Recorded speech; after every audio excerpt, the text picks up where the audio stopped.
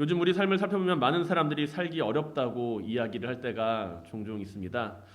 경제는 어렵고 월급도 오르지도 않고 사람들 사이에 일어나는 갈등도 많이 있고 세계적인 정세를 보게 되면 전쟁과 자연재해로 힘들어하는 사람들도 있죠.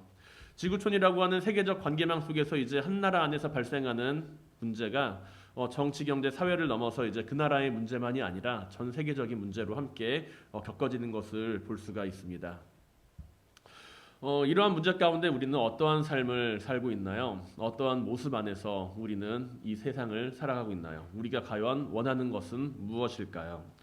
사회적인 환경이나 그 주변을 둘러싸고 있는 요건들이 바뀌게 된다면 그 안에서 살아가는 사람들의 삶 역시 바뀌게 됩니다.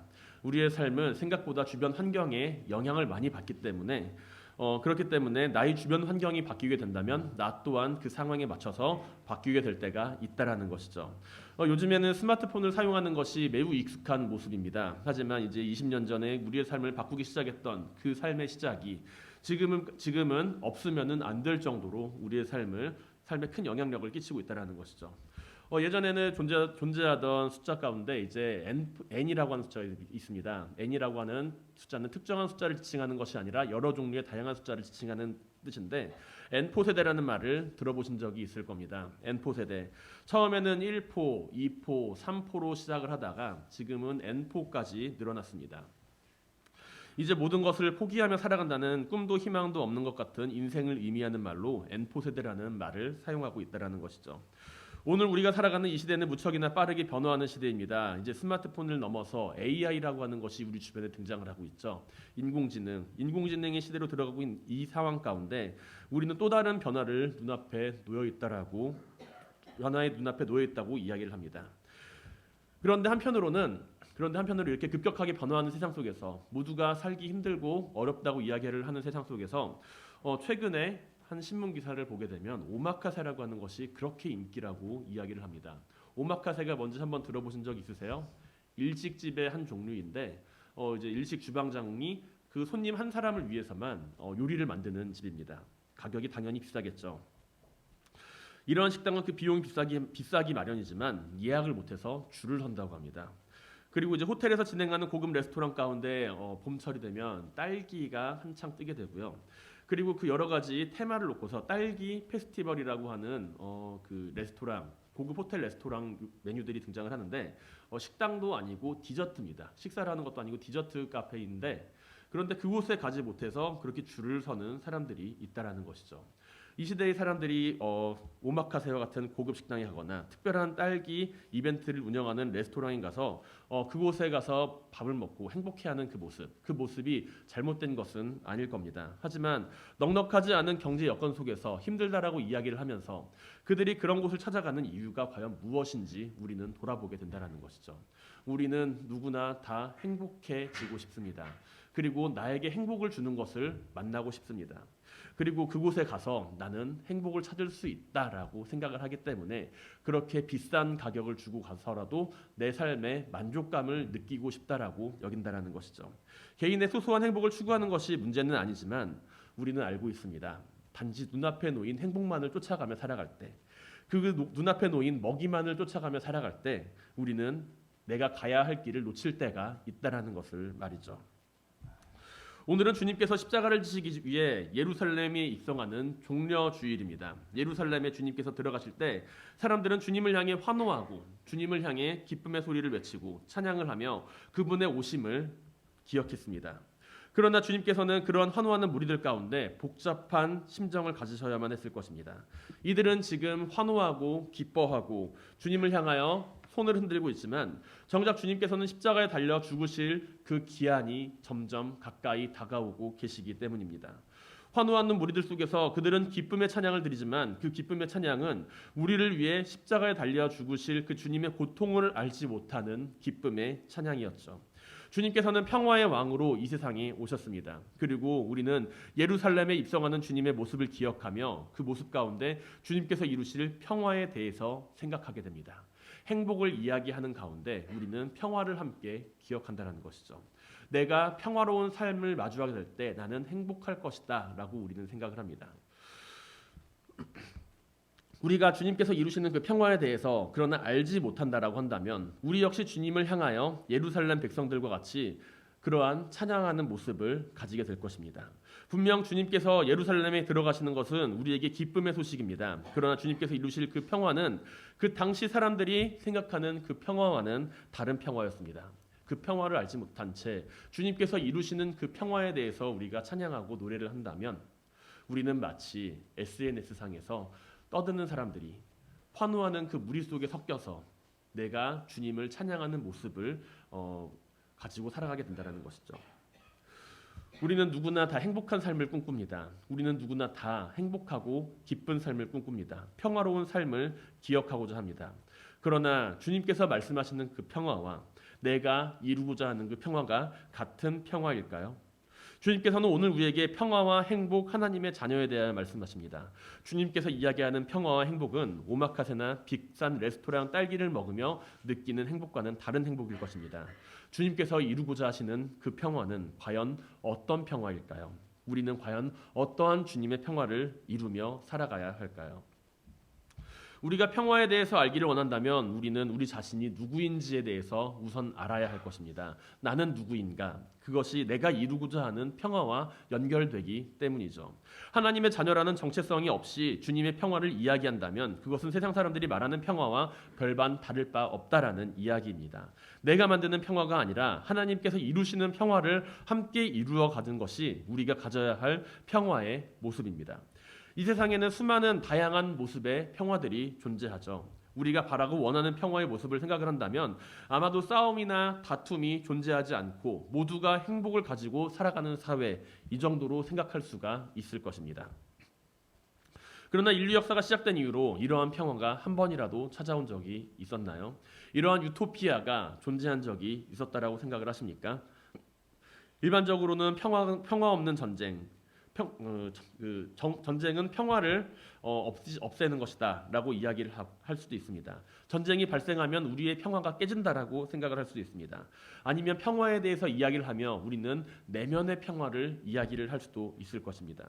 평화에 대해서 많은 사람들이 이야기를 하지만 정작 생각을 해본다면 모두가 이야기하는 평화는 다 다르고 나 또한 내 자신의 평화를 위해서 내가 속한 공동체의 평화를 위해서 우리는 끊임없이 다른 이들과 갈등하며 살아가고 있다라는 것이죠. 그 출발점은 어디서부터 시작을 하나요? 그 평화의 출발점은 다른 것이 아니라 내가 속한 것, 내 자신으로부터 시작하는 평화입니다. 그러나 내가 속한 곳에서 내가 이루어가는 평화는 결국에는 다른 사람들의 평화와는 결이 같지 않으며 내가 이루어내고 내가 만들어낸 평화의 한계는 분명하게 존재한다는 것이죠. 모두가 평등하고 공평한 사회를 꿈꾸며 그 안에서 함께 일하고 나누는 세상을 이루고자 했던 마르크스. 그 마르크스의 사회주의 이론은 인간이 만들어낸 그 평화가 얼마나 부질없고 얼마나 큰 한계를 지니고 있는지를 분명하게 보여줍니다. 각 사람에게 공평을 이야기하며 주어지는 그 평화를 이야기하지만 그것은 결국에 불완전한 인류 사회의 한 모습을 만들어냈죠. 자유경제를 이야기하는 가운데 우리는 각 사람의 노력에 따라서 행복해질 수 있다라고 이야기를 합니다.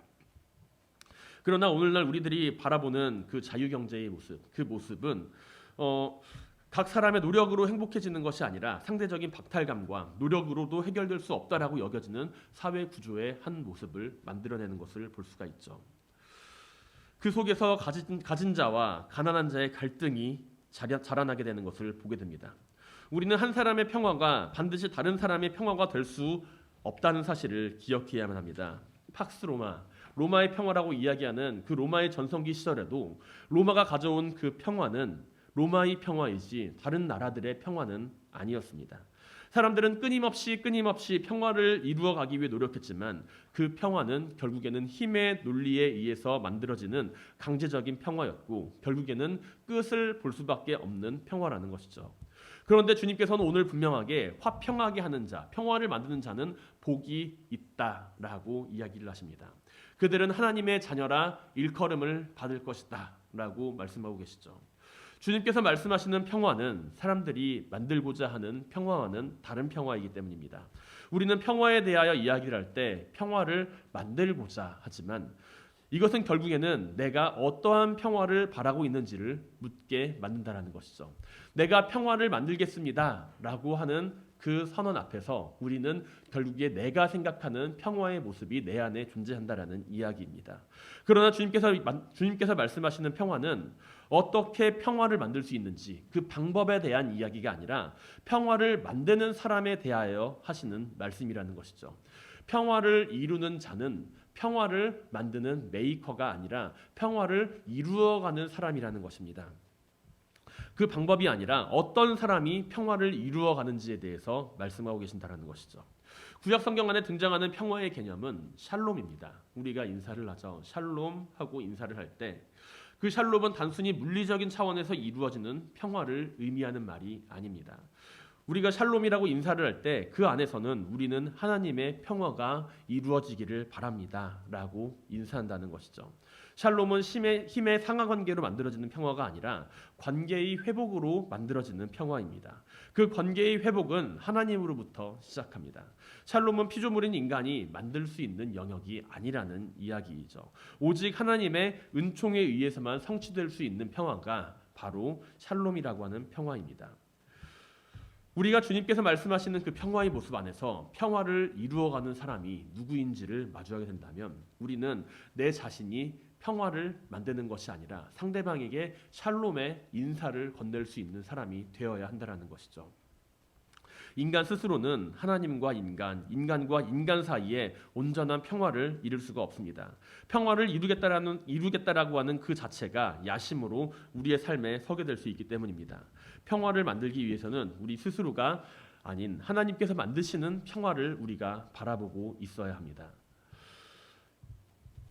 성경은 하나님께서 이루시는 평화에 대해서 분명히 기록합니다. 야고보 사도는 야고보서 3장 16절에서 17절에 이르기에 화평하게 하는 자에 대하여 다음과 같이 기록합니다. 시기와 다툼이 있는 곳에는 혼란과 모든 악한 일이 있음이라. 오직 위로부터 난 지혜는 첫째는 성결하고 다음에 화평하고 관용하며 양순하고 긍휼과 선한 열매가 가득하고 편견과 거짓이 없나니 화평하게 하는 자들은 화평으로 심어 의의 열매를 거두느니라 라고요. 우리는 평화를 바랍니다. 우리는 평화를 원합니다. 그리고 내가 평화를 만들고자 합니다. 그러나 우리가 바라는 평화는 내 자신이 만들 수 있는 것이 아닌 하나님의 자녀가 되고 하나님의 자녀로 살아갈 때 우리는 평화로운 삶을 만들어가는 자들이 될 수 있다는 것이죠. 그것은 내 자신의 이로움에 의해서 만들어지는 평화가 아닌 하나님의 의로움을 바라보며 이루어가는 평화이기 때문입니다. 하나님이 이루시는 평화는 아무런 힘도 없는 평화가 아닙니다. 하나님이 이루시는 평화는 하나님의 정의와 이로움과 사랑에 기초하는 평화입니다. 모든 사람들이 행복하고 평화로울 수 있는 것은 각자가 각자의 평화를 마주할 때가 아니라 모두가 하나님의 평화를 마주하며 살아갈 때 우리는 행복하고 복된 삶을 살아가는 평화로운 삶을 가질 수가 있다는 것이죠. 사랑하는 성도 여러분, 우리의 삶이 하나님의 평화를 이루어가는 삶이 될 수 있길 바랍니다. 내가 평화를 만드는 사람이 아니라 하나님의 평화를 이루어가는 사람이 되시기를 바랍니다. 내가 살아가는 그 삶의 자리가 누군가에게 샬롬을 전할 수 있는 그 삶의 자리가 되며 가정과 직장과 학교와 친구들, 나의 주변에 있는 모든 사람들에게 하나님의 샬롬을 전하는 사람들이 될 수 있길 바랍니다. 평화를 이루는 이들은 행복합니다. 그 삶이 하나님의 자녀라 일컬음을 받게 될 것입니다. 우리의 삶이 내가 만드는 평화가 아니라 하나님이 이루시는 그 평화 안에서 하나님의 자녀로서의 행복한 삶을 살아가게 되시기를 주님의 이름으로 간절히 축원드립니다. 또한 평화를 이루어가는 이들에 대해서 우리가 마주할 수 있는 것은 인정에 대한 이야기입니다. 평화를 이루는 사람들이 행복한 이유는 그들이 하나님의 자녀라 일컬음을 받게 된다라고 하는 그 말씀 안에서 우리는 찾아볼 수가 있습니다. 다시 말해서 평화를 만드는 사람들은 하나님의 자녀라 일컬음을 받는, 인정을 받는 위치에 서게 된다라는 이야기이죠.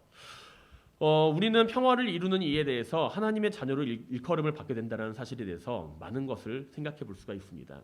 요즘 사람들이 많이 사용하는 것 가운데 한 가지가 있다면 디지털 시대와 맞물려 SNS 서비스라는 것을 많이 사용합니다. 페이스북, 인스타, 카카오 페이지 등 우리 주변에는 수많은 소셜 미디어 서비스들이 존재하죠.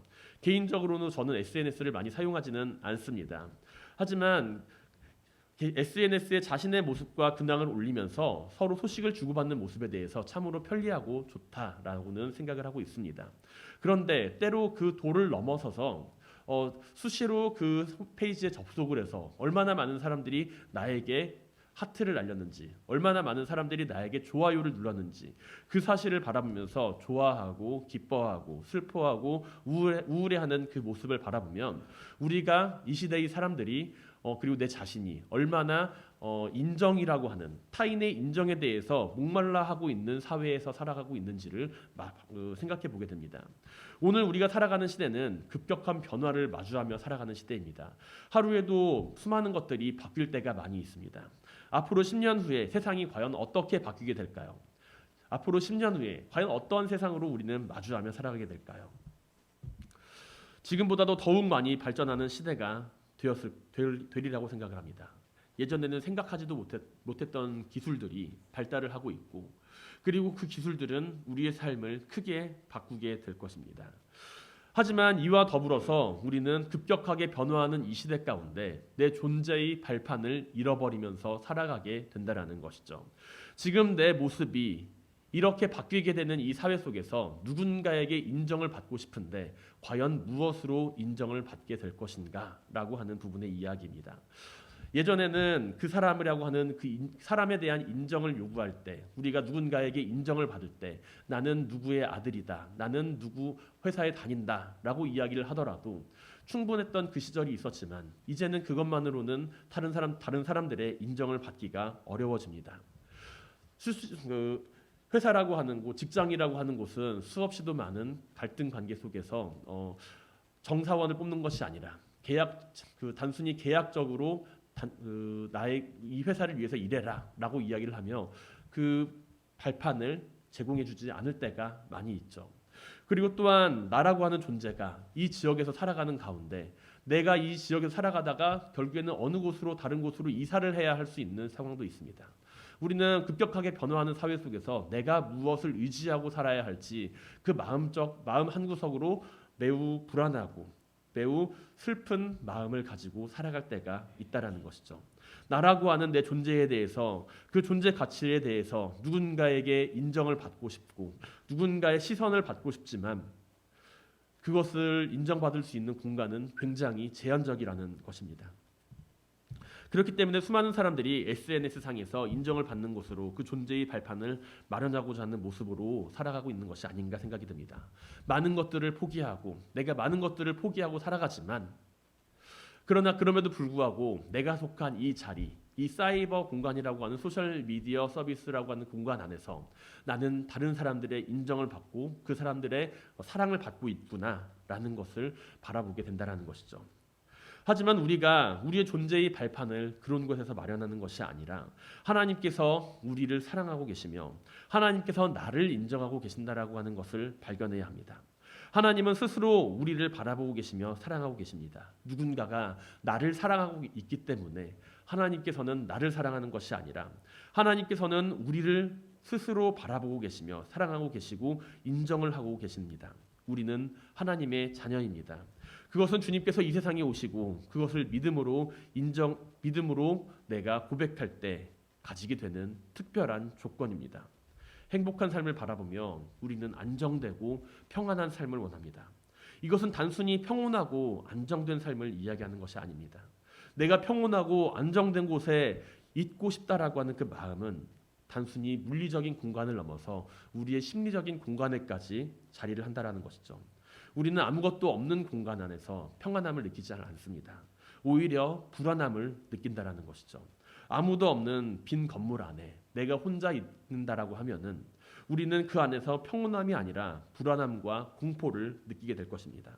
공간과 환경이라는 것은 우리가 생각하는 것보다 우리 정서에 큰 영향을 끼치며 우리가 한정된 공간과 환경 안에 있을 때 우리는 그 안에서 불안함을 느끼게 된다는 것이죠. 그렇다면 평온하고 안정된 공간은 어떠한 공간일까요?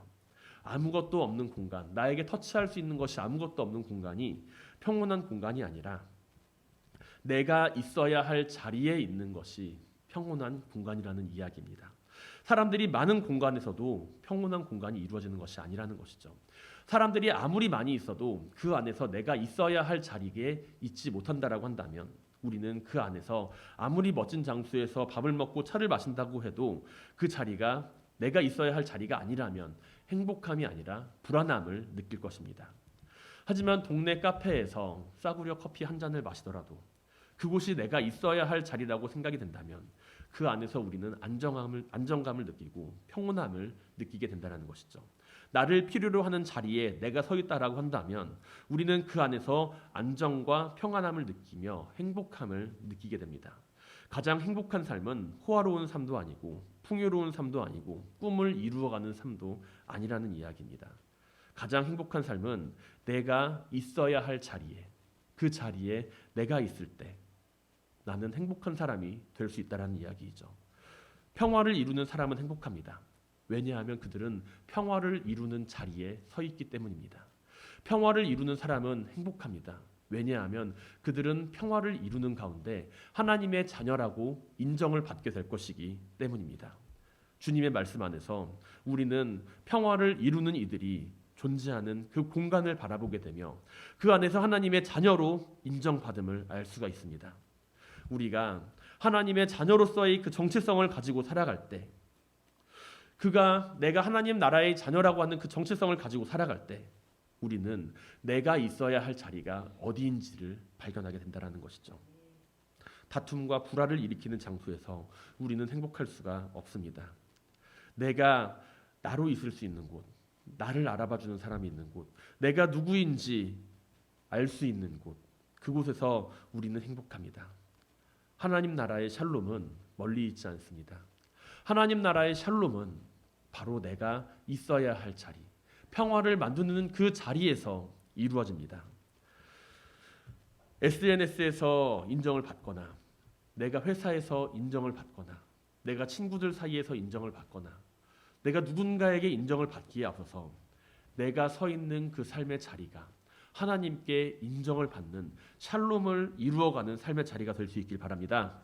하나님 나라의 샬롬을 이루어가는 존재이기에 우리는 행복합니다. 우리의 삶이 평화를 이루어가게 되길 바랍니다. 하나님의 자녀로 살아가며 그 근본을 잊지 말고 내가 있어야 할 자리에 마땅히 해야 할 바를 하며 살아가는 모든 성도님들이 되시기를 주님의 이름으로 간절히 축원드립니다.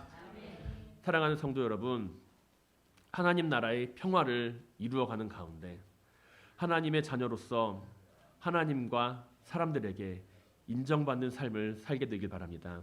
세상에 험한 풍파가 몰아치는 가운데 우리가 어떻게 과연 하나님의 나라를 이루어갈 수 있을까? 두려워하고 의심하고 걱정할 수도 있습니다. 그러나 우리가 하나님 나라의 평화를 바라보며 그것을 이루어간다면 주님께서는 우리와 함께 하실 것입니다. 다윗은 찬양하죠. 다윗은 시편에서 노래합니다. 주는 나의 산성이시요 나의 요새이시요 나의 소망이시다라고요. 하나님께서 나의 평화가 된다라고 하는 것은 내가 만들어가는 것이 아닌 하나님께서 이루시는 그 평화에 함께 참여하는 일입니다. 종려주일 이 땅 위에 평화의 왕으로 오신 주님께서 우리 가운데 보여주신 그 평화의 모습을 기억하시길 바랍니다. 많은 사람들이 원하고 바라는 평화가 아니라 하나님 나라의 평화를 이루어가는 가운데 주님께서는 십자가에 달려 돌아가시게 되죠. 그러나 그것은 주님께서 실패의 모습으로 우리 가운데 서 계시는 것이 아니라 그 모습을 통해서 하나님과 우리 사이의 평화를 이루셨고 우리는 그로 인해 구원받은 자로서의 생명을 가지고 살아가게 되었습니다. 화평하게 하는 자는 복이 있다. 그들이 하나님의 자녀라 일컬음을 받을 것이다.